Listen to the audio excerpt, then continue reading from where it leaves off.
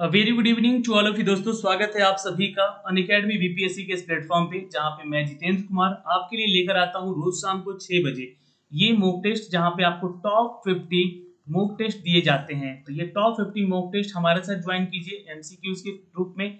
लेकिन मैं आपसे हर बार कहना चाहूंगा कि आप जो है घर बैठे हुए हैं तो थ्योरेटिकल पार्ट जरूर पढ़ें, थ्योरेटिकल पार्ट जरूर पढ़ें दोस्तों, क्योंकि यहाँ से जितने क्वेश्चन आपको दिए जाते हैं वो सारे उसी से निकाल कर लाए जाते हैं, ताकि आपका जो प्रैक्टिस हो वो यहाँ पे बन सके। दोस्तों चैनल पे नए हैं तो चैनल को सब्सक्राइब कीजिएगा बेल आइकन दबा के, लेकिन अनअकैडमी की लर्निंग ऐप को भी डाउनलोड कर लीजिएगा प्ले स्टोर से जाके। दोस्तों सुबह के 4 बजे का करंट अफेयर मैं आपको देता हूँ, जो कि डेली बेसिस का करंट अफेयर होता है। वो करंट अफेयर आप डेली पढ़ें। जी हाँ, नोट कर लीजिएगा, डेली करंट अफेयर पढ़ाई करें, ताकि जितने भी क्वेश्चन आप दिए जाएं आपको एंड ऑफ मंथ में उसका आप आंसर कर सकें। और मंथली करंट अफेयर भी आपको यहाँ पे दिया जाएगा। ठीक है, तो चलिए शुरुआत करते हैं दोस्तों आज के सिनारियो में। पहला प्रश्न क्या कहता है? तो पहला प्रश्न है दोस्तों, अंडमान निकोबार की राजधानी कहाँ है? अंडमान निकोबार की राजधानी है दोस्तों port Blair is the right answer. Note कर सकते हैं दोस्तों। जी हाँ, और यहाँ के उपराज्यपाल होते हैं तो एडमायरल, जी हाँ, मिस्टर जोशी। नोट कर सकते हैं देवेंद्र कुमार जोशी, जो कि यहाँ के उपराज्यपाल हैं। याद रखिएगा, आंसर यहाँ पे बी कर लीजिएगा। चलिए क्वेश्चन नंबर 2 पे चलते हैं। किटकैट के निर्माता कौन है? देखिए, अगर बेसिकली देखा जाए तो ये कंपनी दोस्तों यहाँ पे इंग्लैंड की कंपनी थी। ठीक है, लेकिन अब इस कंपनी को अक्वायर कर लिया है नेस्ले ने, और नेस्ले जी हाँ एक अमेरिकन कंपनी है दोस्तों। जी हाँ, नोट कर सकते हैं। तो यहाँ पे अमेरिकन कंपनी है ये। तो यहाँ से जुड़ेंगे सवाल क्या, इंग्लैंड की राजधानी क्या होती है? ठीक है, लंदन याद रखिएगा। जी हाँ, नोट कर लीजिएगा। चलिए अगला क्वेश्चन देखते हैं, क्वेश्चन नंबर 3 पे चलते हैं। अर्जुन पुरस्कार की नगद राशि क्या है? चलिए आंसर करेंगे दोस्तों। बिल्कुल, अगर दोस्तों अर्जुन पुरस्कार जो है ये खिलाड़ियों को दिए जाने वाले पुरस्कार में से एक है, जो भारत सरकार के द्वारा खेल के क्षेत्र में उत्कृष्ट प्रदर्शन के लिए दिया जाता है। किस लिए? उत्कृष्ट यानी कि सबसे बेस्ट प्रदर्शन के लिए दिया जाता है। और ये कब से शुरुआत है दोस्तों? तो 1961 से शुरुआत किया गया इसका। और पुरस्कार जो है दोस्तों ये 5 लाख रुपए की राशि दी जाती है। आंसर सी कर लीजिएगा, इज द राइट आंसर। चलिए नेक्स्ट क्वेश्चन पे चलते हैं। निम्नलिखित में से कौन पेरारंबूर स्थित नहीं है? तो पेरारंबूर में स्थित नहीं है ये, जल्दी से आंसर करेंगे। बिल्कुल दोस्तों, आंसर करेंगे, it's a D is the right answer. Railway printing press यहाँ पे नहीं है। चलिए नेक्स्ट क्वेश्चन है, सूक्ष्म जीवाणुओं के युक्त पदार्थ का शीतकरण एक प्रक्रिया है जिसका कार्य क्या है? बिल्कुल आंसर करेंगे यहाँ पे, इट्स अ सी। जी हाँ, जीवाणुओं को निष्क्रिय करना is the right answer. Note कर सकते हैं दोस्तों आप लोग यहाँ पे, क्वेश्चन का आंसर क्या हो जाएगा? इसको निष्क्रिय करना। चलिए आइए क्वेश्चन नंबर 6 पे चलते हैं। बड़ी लाइन की गाड़ी नीलगिरी एक्सप्रेस किसके बीच चलती है? चलिए आंसर करेंगे दोस्तों यहाँ पे, it's a C.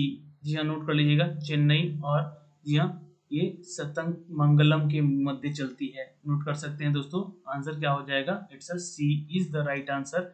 Okay, next question पे चलते हैं। निम्न में से कौन सा शहर कर्नाटक में है?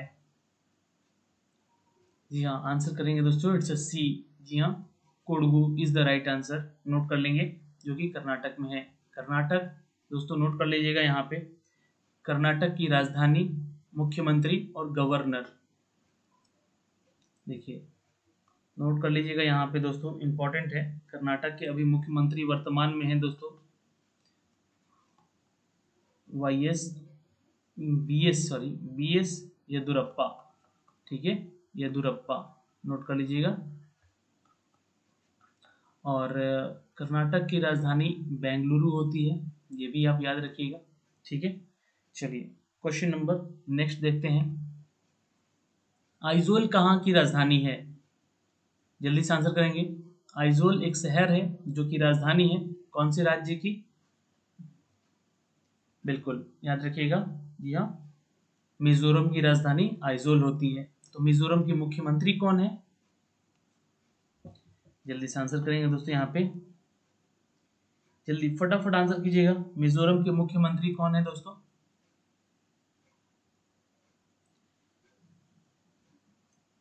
चलिए नीचे कमेंट बॉक्स में अपने आंसर कमेंट कीजिएगा जल्दी से।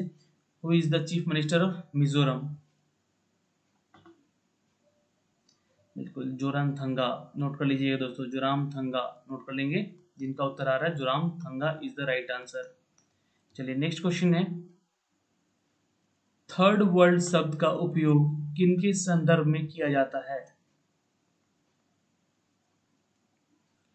आंसर करेंगे दोस्तों यहाँ पे इट्स अ डी। जी हाँ, विकासशील देशों के लिए किया जाता है दोस्तों।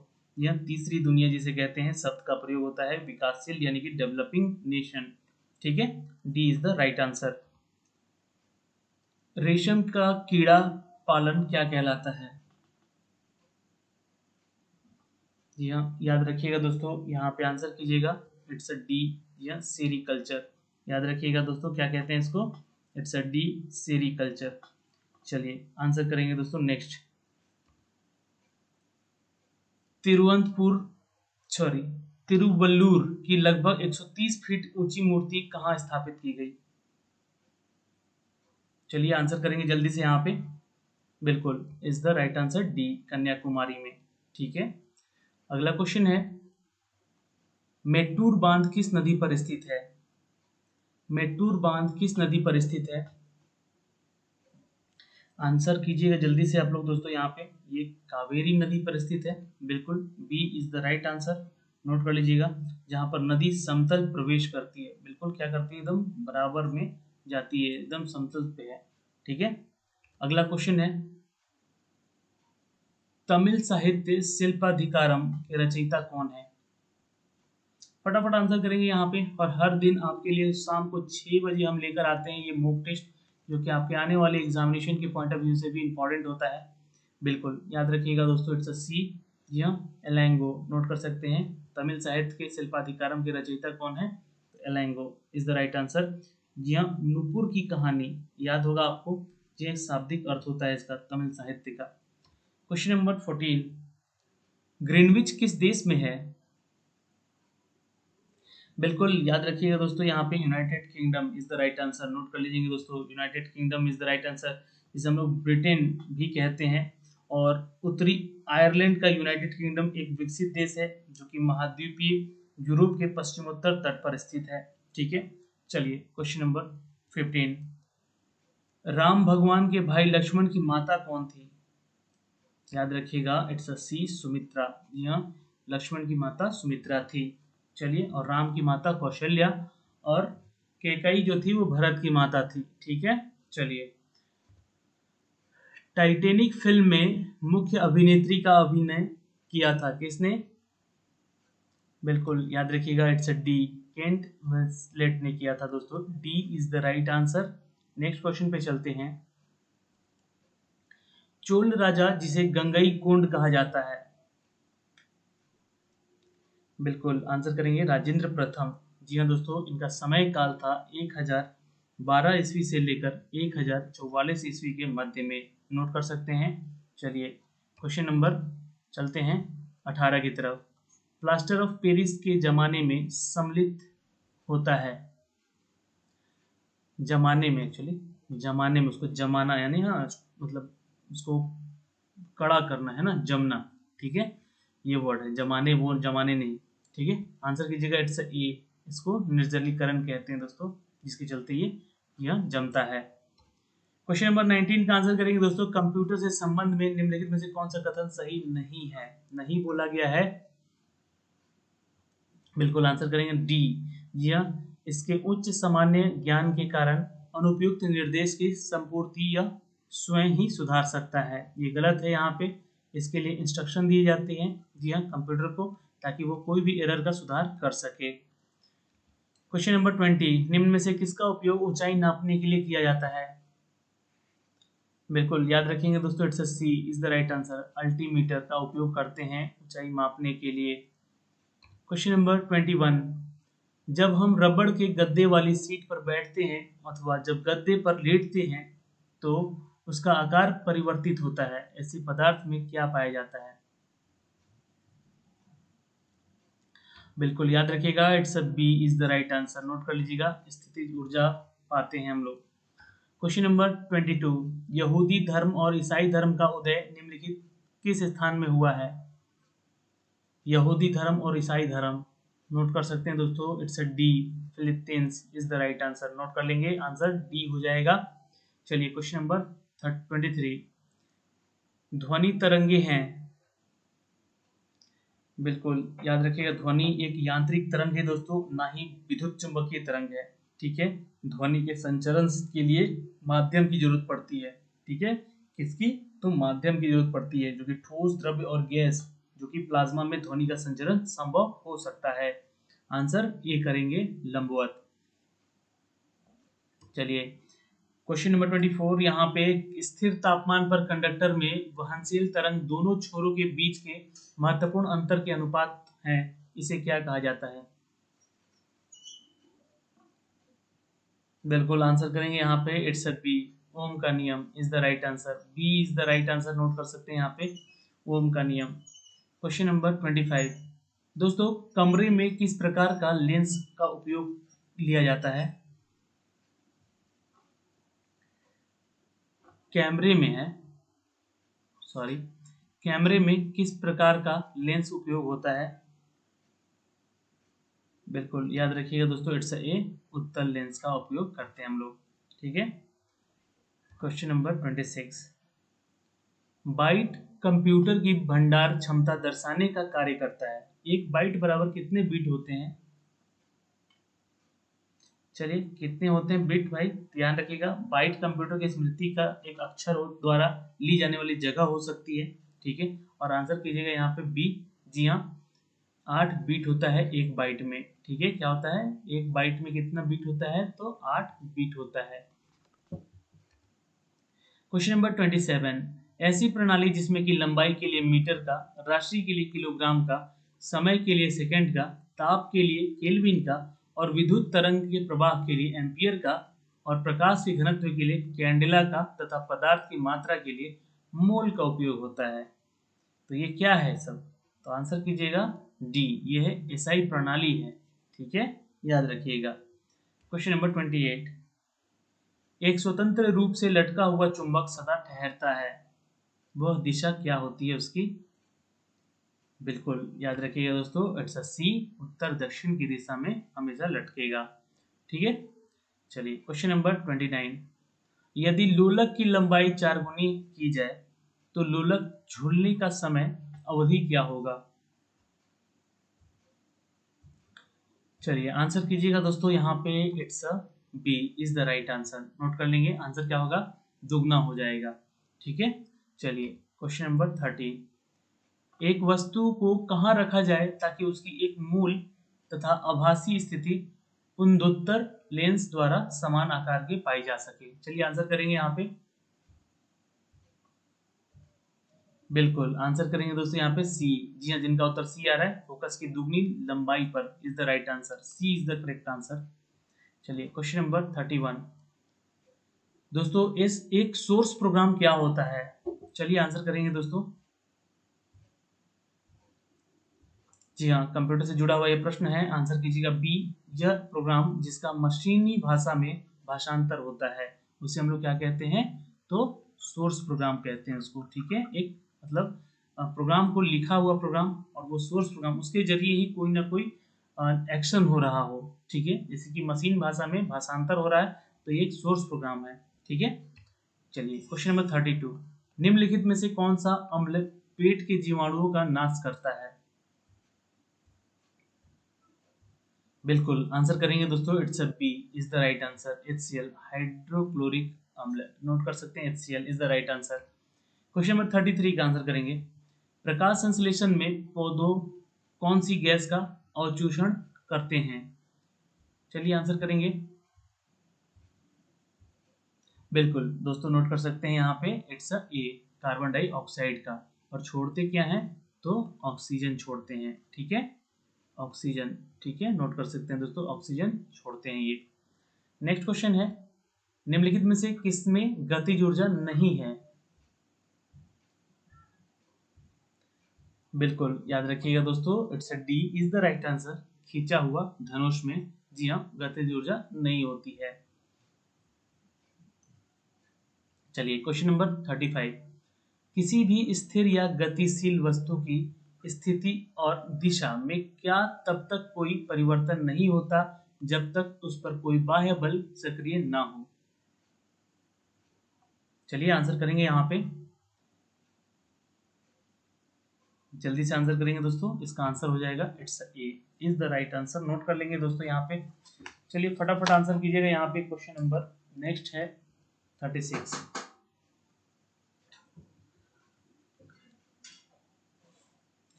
जब एक, दोस्तों नोट कर लेंगे, जब एक चाल वस्तु की गति दुगनी की जाती है तो उसकी गतिज ऊर्जा क्या होगी? बिल्कुल आंसर करेंगे दोस्तों, इट्स बी, जी हाँ, चौगनी हो जाती है। ठीक है, इज द राइट आंसर। चलिए क्वेश्चन नंबर 37। विद्युत मात्रा की इकाई क्या होती है दोस्तों?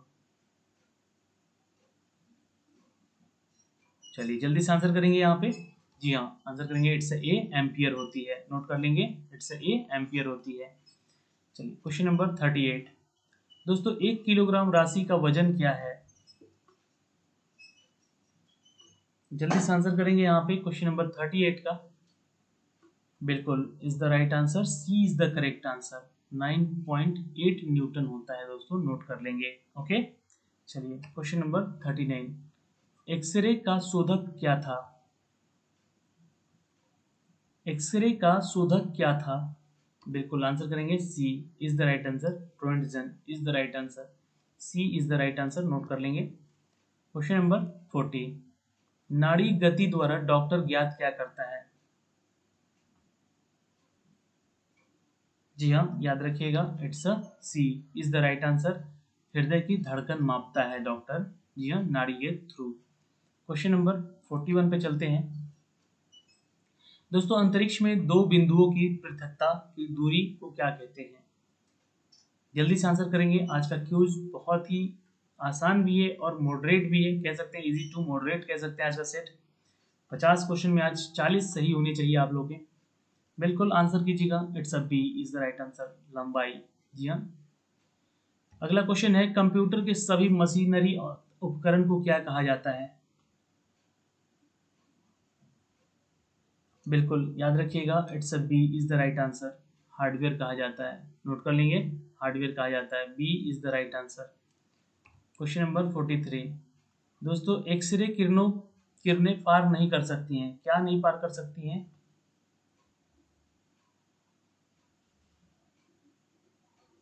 बिल्कुल याद रखिएगा, it's a B is the right answer. मानव अस्थियों को पार नहीं कर सकती हैं, ठीक है, हड्डियों को पार नहीं कर सकती हैं। Question number 44। एसआई इकाई में लेंस की शक्ति का इकाई क्या होता है? लेंस पावर का इकाई क्या होता है, मात्रक क्या होता है? जी हाँ, याद रखिएगा दोस्तों, it's a B, dioptre is the right answer. Note कर लेंगे, B is the right answer. Question number 45, चलिए आंसर करेंगे। डॉस का अर्थ क्या होता है?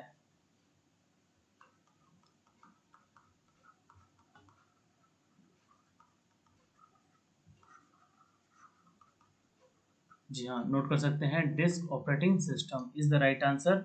नोट कर लीजिएगा, C is the right answer, disk संचालन प्रणाली। चलिए क्वेश्चन नंबर 46। लैन प्रयुक्त होता है, किसके लिए उपयोग होता है दोस्तों लैन? बिल्कुल याद रखेंगे, it's a C is the right answer, स्थानीय क्षेत्र के नेटवर्क के लिए। C is the right answer. Okay, चलिए क्वेश्चन नंबर 47। डिवाइस ड्राइवर्स क्या होते हैं? डिवाइस ड्राइवर्स क्या होते हैं? याद रखिएगा, D is the right answer, operating system का अंतरम भाग होता है ये, ठीक है, D is the right answer. चलिए क्वेश्चन नंबर 48। दोस्तों प्रोग्रामों का समूह जो कि आपके सिस्टम के चलने को कंट्रोल करता है और सूचना प्रोसेस करता है, वो क्या कहते हैं उसे? जी हाँ, नोट कर सकते हैं, कंप्यूटर से रिलेटेड क्वेश्चन है ये, आंसर कीजिएगा। प्रोग्रामों का समूह, जहाँ ग्रुप ऑफ प्रोग्राम जो कि आपके सिस्टम के चलने को कंट्रोल करता है और सूचना प्रोसेस करता है, उसे कहते हैं इट्स अ बी। जी हाँ, कंप्यूटर कहते हैं उसको। ओके, चलिए क्वेश्चन नंबर 49, निम्नलिखित में कौन सा एक छोटा सिग्नल साइट नेटवर्क है? बिल्कुल आंसर करेंगे दोस्तों ए, जी हाँ, लैन यानी कि लोकल एरिया नेटवर्क। नोट कर सकते हैं, इसका फुल फॉर्म होता है। चलिए क्वेश्चन नंबर 50, अनुदेशों का सेट जो कि कंप्यूटर को क्या करता है या बताता है, उसे क्या कहते हैं? अनुदेशों यानी कि इंस्ट्रक्शन ऑफ सेट जो कि कंप्यूटर को क्या करता है, मतलब क्या करने को कहता है, जो बताता है उसे वो कर कहते हैं, उसको क्या कहते हैं? तो उसको कहते हैं डी, यानी कि प्रोग्राम कहते हैं। जो कलेक्शन ऑफ जो इंस्ट्रक्शन ऑफ सेट होते हैं उसे हम लोग क्या कहते हैं? तो एक प्रोग्राम कहते हैं दोस्तों। ठीक है, तो आज के इस सिनारियो में हमने कुल 50 प्रश्न देखे। आपके कितने उत्तर सही हुए या आप हमें कमेंट बॉक्स में कमेंट करके जल्दी से बताएंगे। वीडियो कैसा लगा एक लाइक करके बताइएगा, शेयर कर दीजिएगा अपने दोस्तों ग्रुप में, और हाँ, जरूर से चैनल को सब्सक्राइब कीजिएगा। और अगर आपने अनअकैडमी का लर्निंग ऐप नहीं डाउनलोड किया है तो उसको डाउनलोड करें और वहाँ पे जाके आप पढ़ाई कर सकते हैं। ओके दोस्तों, तो आज के लिए इस वीडियो में इतना ही। मिलते हैं आपसे अगले वीडियो में, तब तक के लिए बाय बाय, टेक केयर, ध्यान रखिएगा अपना और अपने परिवार का।